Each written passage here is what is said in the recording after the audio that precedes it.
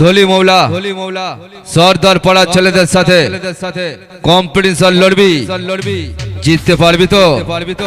আয় সামনে আয়, কুত্তার মতো হারাবো। আরে দূর থেকে কি চিল্লাচ্ছিস? দম থাকলে সামনে আয়, পেরে ফেলে মই দেব। अपने बाप के सामने बजाओ।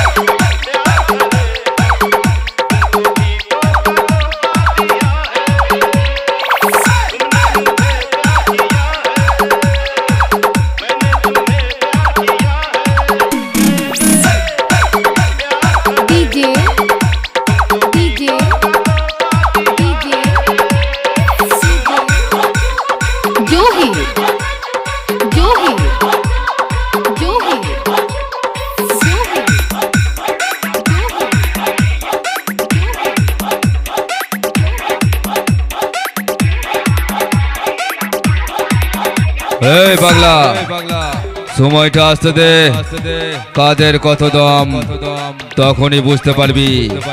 আমরা দলি মৌলা সর্দার পাড়া রাধা কৃষ্ণ ক্লাবের ছেলেরা বলছি রে, কম্পিটিশন লড়তে হলে সামনাসামনি লড়বি।